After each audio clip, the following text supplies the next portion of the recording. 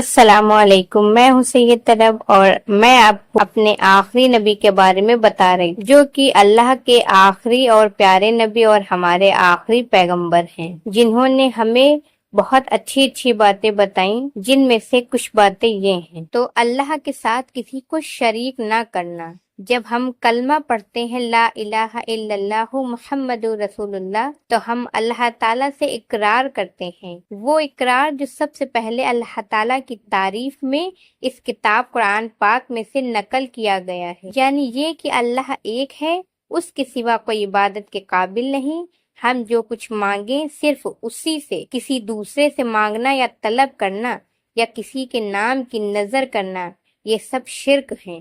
اللہ پاک نے قرآن مجید میں شرک کو ظلم لکھا ہے اور فرمایا ہے کہ میں سب کچھ معاف کر سکتا ہوں سوائے شرک کے۔ اللہ تعالیٰ نے سورہ نساء کی آیت نمبر 48 میں فرمایا ہے، جس کا ترجمہ یہ ہے، تحقیق اللہ نہیں بخشتا ہے یہ کہ اس کے ساتھ کسی کو شریک ٹھہرائے، اور بخشتا ہے اس کے علاوہ جس کو چاہے، اور جس نے شریک ٹھہرایا اللہ کا اس نے بڑا طوفان باندھا۔ ماں باپ کا کہنا ماننا اور ان کی فرما برداری کرنا ہر اچھے بچے کے لیے ضروری ہے، اور سب اچھے بچے ایسا ہی کرتے ہیں۔ اللہ تعالیٰ بھی بار بار تاکید کرتے ہیں کہ ماں باپ کا کہنا مانو، لیکن جب وہ شرک کرنے کو کہیں تو پھر ماں باپ کا کہنا نہیں ماننا چاہیے۔ اور ہم نے انسان کو اپنے ماں باپ کے ساتھ اچھی طرح رہنے کی وصیت کی ہے، اور اگر وہ تجھ کو آمادہ کریں کہ تو میرے ساتھ شرک کرے تو ان کا کہنا نہیں ماننا۔ دنیا میں اللہ کے نیک بندے گزرے ہیں، وہ اپنی اولاد کو سب سے پہلے یہی تعلیم دیتے تھے کہ بیٹے تم اللہ کے ساتھ کسی کو شریک نہ کرنا۔ حضرت لقمان علیہ السلام کا قصہ آپ پہلے سن چکے ہیں۔ سورہ لقمان کی آیت نمبر 13 میں اللہ تعالیٰ نے فرمایا ہے، جس کا ترجمہ ہے، اور جب کہا لقمان نے اپنے بیٹے کو جب اس کو سمجھانے لگا، اے بیٹے شریک نہ ٹھہراؤ اللہ کا، بے شک شریک بنانا بڑی بے انصافی ہے۔ شرک کرنے والے کے اور دوسرے نیک اعمال بھی ختم ہو جاتے ہیں۔ اللہ تعالیٰ فرماتے ہیں، اگر تم نے شریک مانا تو تیرے عمل بیکار جائیں گے، تو خسارہ والوں میں سے ہو جائے گا۔ تو ہم کو کبھی بھی اللہ کے ساتھ کسی کو شریک نہیں ٹھہرانا چاہیے۔ پھر ہمارے پیارے نبی نے ہمیں نماز بتائی۔ نماز ہمارے دین کا ستون ہے۔ جس طرح ستون کے بغیر کوئی عمارت باقی نہیں رہتی، اسی طرح نماز کے بغیر دین قائم نہیں رہتا۔ سورہ حج کی آیت نمبر 41 میں اللہ نے فرمایا ہے، وہ لوگ کہ اگر ہم ان کو ملک میں حکومت دیں، نماز کھڑی کریں اور زکوٰۃ دیں اور بھلے کام کا حکم کریں اور برے کاموں سے منع کرے، اور آخر ہر کام اللہ کے اختیار میں۔ البتہ ان مومنوں نے کامیابی حاصل کر لی جو اپنی نمازوں میں عاجزی کرنے والے ہیں، اور نماز نہ پڑھنے والوں کے لیے کسی سخت وعید ہے۔ اور نماز کو قائم کرو اور مشرکوں میں سے نہ ہو جاؤ۔ اور نماز کی تعریف کرتے ہوئے اللہ تعالیٰ فرماتے ہیں، بے شک نماز برائیوں سے روکنے والی۔ روزہ، توحید اور نماز کے بعد اسلام کا رکن روزہ ہے، جو رمضان المبارک میں 1 ماہ رکھے جاتے ہیں۔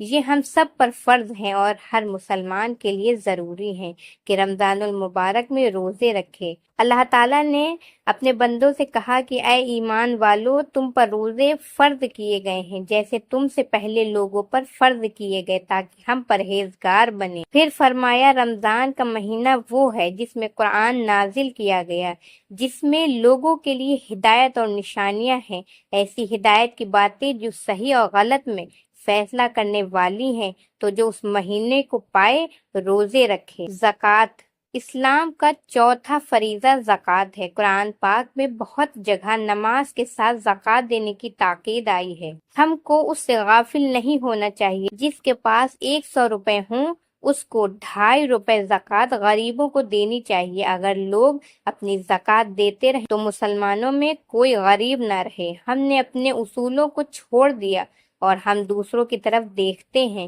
حالانکہ یہ سب طریقے اللہ سے دور لے جانے والے ہیں۔ اللہ تعالیٰ مسلمانوں کو حکم دیتے ہیں نماز قائم کرو اور زکوٰۃ دیتے رہو۔ زکوٰۃ ہمارے یہاں نبی صلی اللہ علیہ وسلم سے پہلے دوسری امتوں پر بھی فرض تھی۔ حضرت عیسیٰ علیہ السلام کا قول سورہ مریم میں قرآن مجید میں بیان فرمایا ہے۔ سورہ مریم کی آیت نمبر 16 میں اللہ تعالیٰ نے فرمایا ہے، مجھے حکم دیا گیا ہے نماز کا اور زکوٰۃ کا جب تک میں زندہ رہوں۔ لوگ یہ سمجھ کر زکوٰۃ نہیں دیتے کہ پیسے خرچ ہو جائیں گے، حالانکہ اللہ تعالیٰ اس کو بڑھاتے ہیں۔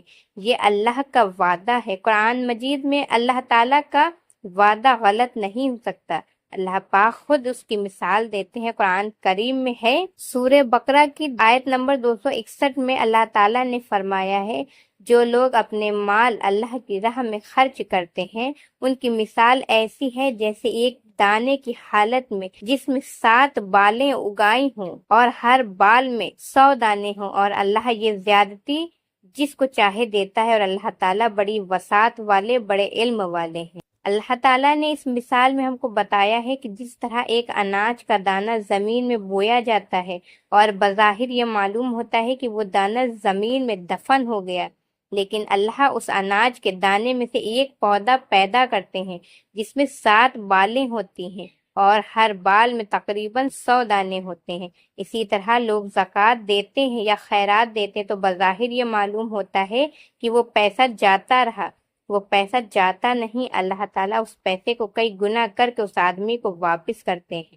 حج اسلام کا 5واں رکن حج ہے، اور جس کے پاس اتنے پیسے ہوں کہ حج کر سکے اس پر حج کرنا فرض ہے۔ مکہ معظمہ جا کر عرفات میں جمع ہونا اور اس کے سب ارکان ادا کرنے کو حج کہتے ہیں۔ یہ حج جیسا کہ تمہیں معلوم ہے بقرعید کے عرفے والے دن ہوتا ہے۔ اس روز تمام دنیا سے مسلمان مختلف سواریوں میں اور پیدل لاکھوں کی تعداد میں عرفات کے میدان میں جمع ہو کر اللہ تعالیٰ سے دعا مانگتے ہیں، اور اللہ تعالیٰ بھی کہتے ہیں کہ جس نے حج کر لیا میں اس کے تمام عمر کے گناہ معاف کر دیتا ہوں۔ آپ کو معلوم ہے کہ مکہ معظمہ میں خانہ کعبہ ہے، جس طرف ہم منہ کر کے نماز پڑھتے ہیں اس کو بیت اللہ یعنی اللہ کا گھر کہتے ہیں۔ اللہ تعالیٰ کے حکم سے یہ حضرت ابراہیم علیہ السلام نے بنایا تھا۔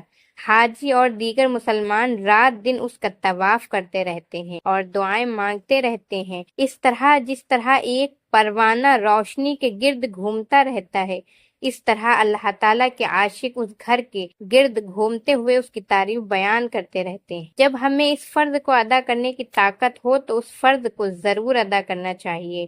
ہمارے پیارے نبی صلی اللہ علیہ وسلم نے فرمایا، جس کا مطلب یہ ہے جس پر حج فرض ہوا اور اس نے نہ کیا تو وہ یہودی ہو کر مرے یا نصرانی۔ اللہ تعالیٰ ہم سب کو مسلمان رہ کر موت دے۔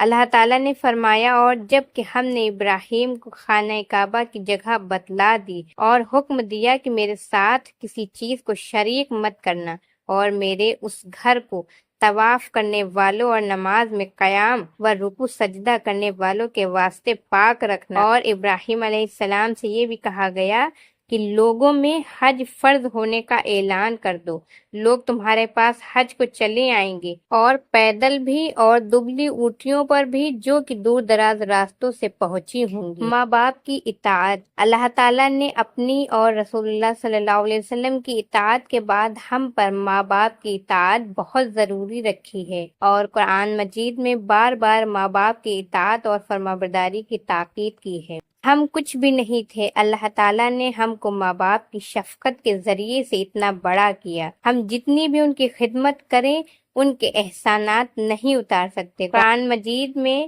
اللہ تعالیٰ نے ماں باپ کی اطاعت کے متعلق بتایا ہے، اور تیرے رب نے حکم دیا کہ سوائے اس کے کسی کی عبادت نہ کرو، اور ماں باپ کے ساتھ اچھا سلوک کیا کرو۔ اگر تیرے پاس ان میں سے ایک یا دونوں بڑھاپے کو پہنچ جائیں تو ان کو کبھی ہوں بھی نہ کہنا، نہ ان کو جھڑکنا، بلکہ خوب ادب سے بات کرنا، اور ان کے سامنے شفقت سے اور عاجزی سے جھکے رہنا، اور یوں دعا کرتے رہنا کہ اے میرے پروردگار ان دونوں پر رحمت فرمائیے جیسا کہ انہوں نے بچپن میں مجھ کو پالا اور پرورش کیا۔